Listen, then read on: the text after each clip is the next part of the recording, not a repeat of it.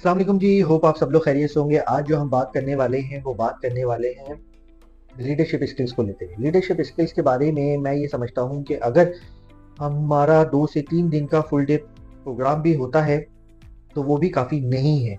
लेकिन आज हम बेसिक्स के ऊपर बात करेंगे कि क्या कौन से वो ऐसे एक्शंस हैं जिनको करके हमारी टीम मॉरली हाई रह सकती है, मोटिवेटेड रह सकती है और रिजल्ट कैसे बेहतर तरीके से प्रोड्यूस हो सकता है। सब अगर आपको एक ऑर्गेनाइजेशन के अंदर लीडरशिप का रोल मिलता है तो सबसे पहले आई वुड सजेस्ट कि आपने उधर जाके बोलना है कि मुझे एक लास्ट ईयर का 1 साल का स्टाफ टर्नओवर दे।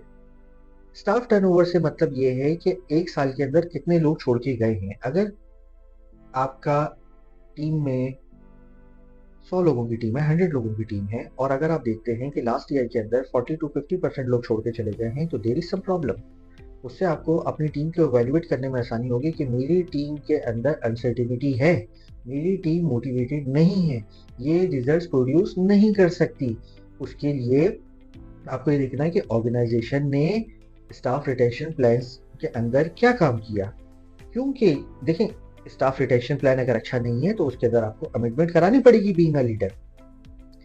क्योंकि देखिए, सबसे बड़ा एक ऑर्गेनाइजेशन का जो एसेट है वो उसका स्टाफ है। अगर वो स्टाफ नहीं रहता, वो चला जाता है तो वो समझ लें कि ऑर्गेनाइजेशन अपने एसेट्स लूज कर, तो वो रिजल्ट्स कभी भी प्रोड्यूस नहीं होंगे। सेकंड की एक अच्छे लीडर की क्वालिटी है होनी चाहिए कम्युनिकेशन स्किल्स को लेते हुए। Communication skills is very important, very very important. देखें, कम्युनिकेशन स्किल्स का मतलब ये नहीं है कि जी आप अच्छा बोलते हो, अच्छी अंग्रेजी बोलते हो, आपको डिफरेंट लैंग्वेजेस आती हों या आप ऑडियंस को एंगेज कर लेते हैं। एंगेजमेंट एक डिफरेंट चीज़ है, मतलब वो इतनी मुश्किल नहीं है। देखिए, कम्युनिकेशन का मतलब मैं ये बताना चाहता हूँ कि आपकी जो दिमाग में बात है वो सामने वाले को आप डिलीवर कर सकें और नॉट ओनली दिस, सामने वाले की जो बात है वो आप प्रॉपर्ली सुने, समझें और वो भी आप अपने अंदर ले सकें। ज़रूरी नहीं है कि एट दैट टाइम सामने वाले की बात, हर किसी का माइंडसेट डिफरेंट होता है ना। ज़रूरी नहीं है कि वो बात आप उसको उसी वक्त क्लियर करें। आपने उस सामने वाले की एक्सपेक्टेशन कुछ अनरियलिस्टिक हो, आप उसको समझा रहे हो, वो समझ नहीं आ रहा हो, लेकिन आपने वहीं पर ही नोट डाउन कर लिया और आपने ये समझना है कि जी मुझे इस शख्स पे ज़्यादा काम करना है। मतलब ये कि मुझे इस शख्स पे ज़्यादा काम करना है और इसके माइंडसेट को मुझे चेंज करके इसको ये बात समझानी है और ये सारा काम आपका है, बिकॉज़ आप लीडर हैं। तो कम्युनिकेशन स्किल्स आपकी अच्छी होना बहुत बहुत ज़रूरी है। Appreciation most important, most most important. अपने स्टाफ की छोटी अचीवमेंट्स को भी बड़े तरीके से सेलिब्रेट करें। ज़रूरी नहीं कि सिर्फ चैंपियंस के लिए आप बीच में खड़े होकर तालियां बजवाएं। अगर किसी ने अच्छा काम किया है, 100 लोगों की टीम है, उसको लाउंज के सेंटर में लाएं, उसने जो अचीव किया है 2 से 5 मिनट उसके बारे में बताएं, सबसे तालियां बजवाएं। जो नॉन परफॉर्मर है, जो बेचारा पीछे खड़ा हुआ है, ठीक है, वो मॉरली बिल्कुल दबा हुआ है, मोटिवेटेड नहीं है, वो सिर्फ दूर से देख के हल्के हल्के तालियां बजा रहा है, उसको ला के आप जिसकी अचीवमेंट है उसके बराबर में ला के खड़ा करें। उसको ये फील दिलाएं कि अगली बार तुम इधर खड़े होगे। वो जब लोगों के बीच में, सबके सामने बीच में जिस जो परफॉर्मर होगा उसके बराबर में खड़ा हुआ होगा और उसको ये फील आ रहा होगा कि सब लोग मुझे देख रहे हैं और जब वो तालियां बजा रहा होगा तो वो अंदर से जो उसका डर है कि मैं लोगों को फेस कैसे करूंगा, वो उसका डर खत्म होगा। वो बेचारा जो पीछे रहता है वो जिंदगी भर पीछे रह जाता है। हालांकि पीछे बैठने वाला, वो पीछे अगर ऑपरेशंस की बात की जाए तो सबसे ज्यादा काम वही कर रहा होगा। देखिए, एक चीज बड़ी जरूरी है, एप्रिसिएशन तो चले आ जाती है। इनफैक्ट एप्रिसिएशन के साथ साथ अगर किसी की बर्थडे आ रही है, बर्थडे को भी सेलिब्रेट करें और ऐसे ही करें कि उसको फील आए कि टीम के अंदर एक फैमिली जैसा फील है कि हाँ, वी आर वन टीम, हम फैमिली हैं। बहुत सारी चीजें, एक इम्पॉर्टेंट चीजें आ जाती है। एक आदमी है, पिछले 5 साल से ऑर्गेनाइजेशन के अंदर है, छोटे ग्रेड के ऊपर है, काम कर रहा है, अपना काम पूरा कर रहा है, उसका काम इतना ज्यादा दिखता नहीं है, लेकिन वो काम कर रहा है। आपको सबसे पहले टीम के अंदर मॉरल बूस्ट करने के लिए छोटे लोगों के प्रमोशन करना जरूरी है जिसके अंदर नॉन फाइनेंशियल इम्पैक्ट हो। आप समझ रहे हैं? मैं ये नहीं कह रहा कि किसी को असिस्टेंट वाइस प्रेसिडेंट से वाइस प्रेसिडेंट बना दें, वाइस प्रेसिडेंट को सीनियर वाइस प्रेसिडेंट बना दें। छोटे लोगों को मॉरली बूस्ट करने के लिए, देखिए मेरा प्रमोशन होता है ना, तो मेरे साथ 4 आदमी मोटिवेट होते हैं जो मेरी टीम के अंदर होते हैं। वो ये सोचते हैं कि यार कल ये अच्छा बंदा है, ये देखिए आज इसका हुआ है, कल हमारा होगा।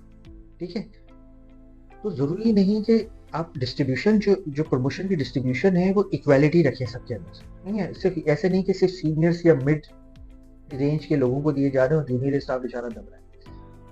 जूनियर स्टाफ के प्रमोशंस मेरे हिसाब से सबसे ज्यादा होने चाहिए। उसकी रीजन ये है कि उनके ऊपर फाइनेंशियल इम्पैक्ट नहीं आता। मतलब अगर आप किसी एवीपी को वीपी के ऊपर लेके जाते हैं तो वो petrol allowance, fuel allowance, car allowance, servant allowance, house allowance, कितने सारे अलाउंस उसको देने पड़ जाएंगे। ये छोटे प्रमोशंस के अंदर ऑर्गेनाइजेशन का कुछ नहीं चाहता है। इनके लिए लीडर ने ही लड़ना होता, ठीक है। और अगर लीडर इनके ऊपर नजर नहीं डालेगा तो फिर मुनासिब नहीं है।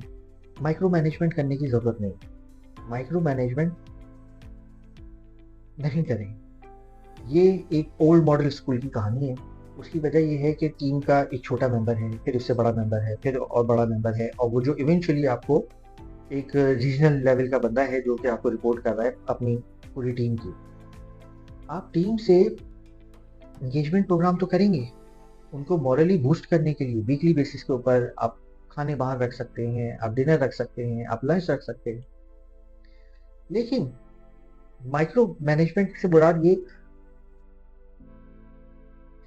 बिल्कुल नीचे लेवल के ऊपर जाके रिपोर्टिंग उनसे ना लेके तुम्हारी परफॉर्मेंस के बारे में बताओ। उसके लिए आपके पास एक रीजनल हेड या टीम लीडर की पोजीशन है जो कि आपको रिपोर्ट कर रही है। माइक्रो मैनेजमेंट से जो बीच का स्टाफ होता है, जो टीम लीडर या रीजनल हेड होते हैं, वो अपनी पोजीशन लूज कर जाते हैं। मतलब ये कि कल को जब टीम लीडर और रीजनल मैनेजर्स जब उस इंडिविजुअल से उसकी परफॉर्मेंस लेते हैं तो वो कहता है कि यार क्या हो गया, बिजनेस हेड को तो मैं खुद बता चुका हूँ अपनी परफॉर्मेंस के बारे में, आपको भी अब दोबारा से बताऊं, आप लोग उन्हीं से जाके पूछ लें। ठीक है, या आप माइक्रो मैनेजमेंट के अंदर ऐसी बात कर जाते हैं उस स्टाफ के साथ जो कि शायद उस वक्त नहीं करनी चाहिए थी। मतलब किसी चीज की आपने उसको अप्रूवल दे दी कि जी जाओ तुम्हारी मैंने प्रिविलेज लीव अप्रूव कर दी, हालांकि उसका रीजनल हेड उस वक्त एग्री नहीं था क्योंकि उसके पास डिफरेंट असाइनमेंट्स थे। तो माइक्रो मैनेजमेंट के अंदर जाने की जरूरत नहीं है। टीम मैनेजमेंट आपने जो लीडर का रोल है वो काम है अपनी टीम को मॉरली बूस्ट करना। देखिए बहुत सारे आजकल के हालात के अंदर अगर देखा जाए तो ये पूछते हैं कि जी मुझे ये बताओ कि सबसे अच्छा स्टाफ के लिए मॉरली बूस्ट कैसे होगा।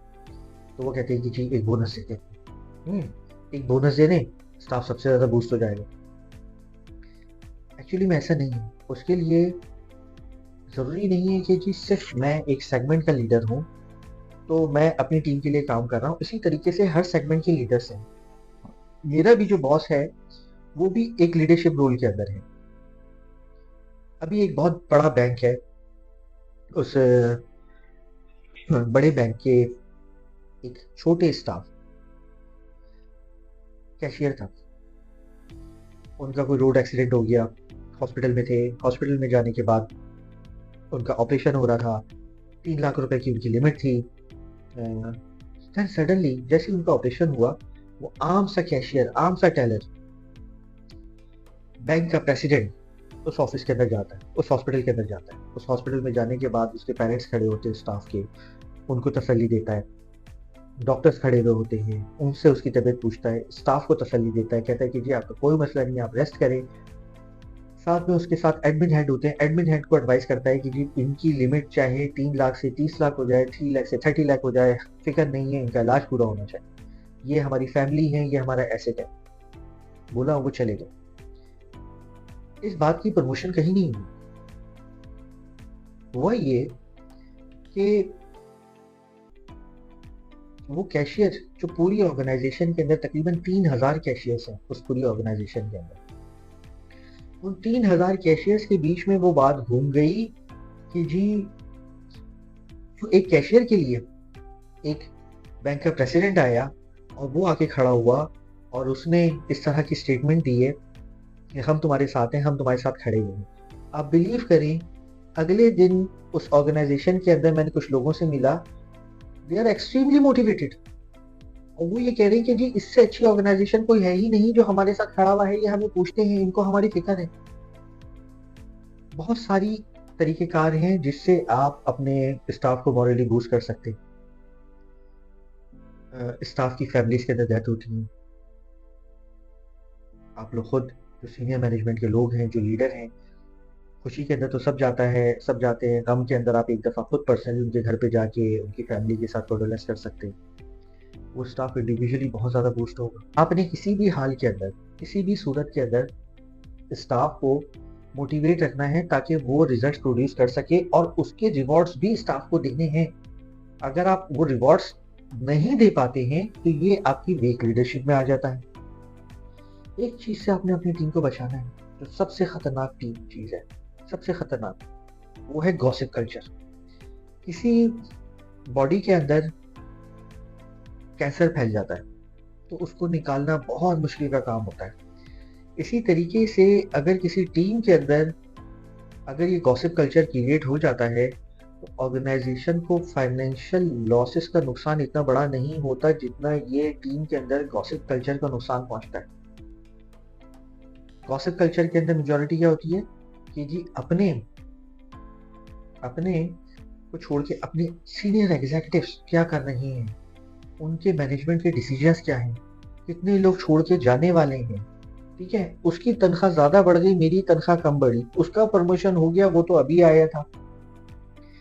इस गॉसिप कल्चर से आपने टीम को अलग रखना है, बिल्कुल अलग रखना है। ये लीडर का काम है, इसके ऊपर भी अलग एक्सरसाइजेज है कि कैसे अलग रखना है, लेकिन आपने इवेंचुअली, ये आपकी रिस्पॉन्सिबिलिटी है कि वो उसमें ना पड़े। क्रॉस फंक्शनल डिपार्टमेंट से एक दूसरे से मिलते हैं, वो अपने डिपार्टमेंट की बात बताते हैं, उनके डिपार्टमेंट में क्या चल रहा है, वो इधर डिस्कशन शुरू हो जाती है। ये मिलने की वजह, सबसे ज्यादा प्रैक्टिकली मैं बात करूंगा, प्रैक्टिकली जो मैंने ऑर्गेनाइजेशन में देखा है ना, वो होते हैं, हर फ्लोर है, 3 फ्लोर है, तीनों फ्लोरों में सिगरेट नहीं पी सकते, तो फ्लोर के बाहर एक बड़ा सा एस्टे रखा जाता है, उधर सारे आते हैं, उधर डिपार्टमेंट वाला, इधर डिपार्टमेंट वाला, और वो सिगरेट अपनी जलते हैं। और सिगरेट में जो डिस्कशन होती है ना, ये सबसे खतरनाक डिस्कशन होती है। मैं जब जब जहां जहां गया हूँ, सबसे पहले तो मैंने ये स्टेट्स के पास और ये जो बाहर स्मोकिंग एरियाज हैं, ये बंद कराई। उसकी रीजन मैंने बहुत कोशिश करी, लेकिन वो सही नहीं हो पाता सिलसिला, क्योंकि ये एक बड़ा प्रॉब्लम है हमारे यहाँ का। देखिए, क्रिटिसाइज आपको लोग करते रहेंगे, लीडर्स को क्रिटिसाइज करते रहेंगे।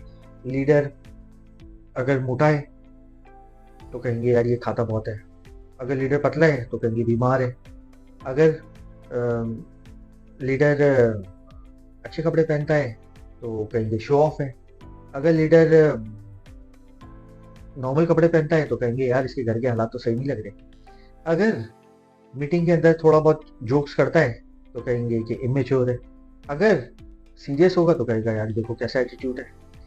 तो लीडर्स को परेशान होने की जरूरत नहीं है। लीडर का खुद सबसे ज्यादा जरूरी काम यह है कि खुद भी मोटिवेट रहें और अपनी टीम को भी मोटिवेट रखें। अगर अगर आपका फोन एक वक्त आता है कि बजना लीडर का बंद हो जाता है, फोन नहीं आ रहा और आपके रिजल्ट्स कंटिन्यूसली ऊपर जा रहे हैं, तो समझ लें कि ये आपकी सबसे बड़ी अचीवमेंट्स है। सबसे बड़ी अचीवमेंट आपकी यही है कि आपकी टीम आपकी लीडरशिप के अंदर ऑटोमेटिक रोल पे चली गई है और ऑटोमेटिक आगे बढ़ रही है। अगर आपका फोन बज रहा है बार बार और आप हर काम के अंदर एंगेज हो रहे हैं तो there is some problem, there is some problem. Thank you.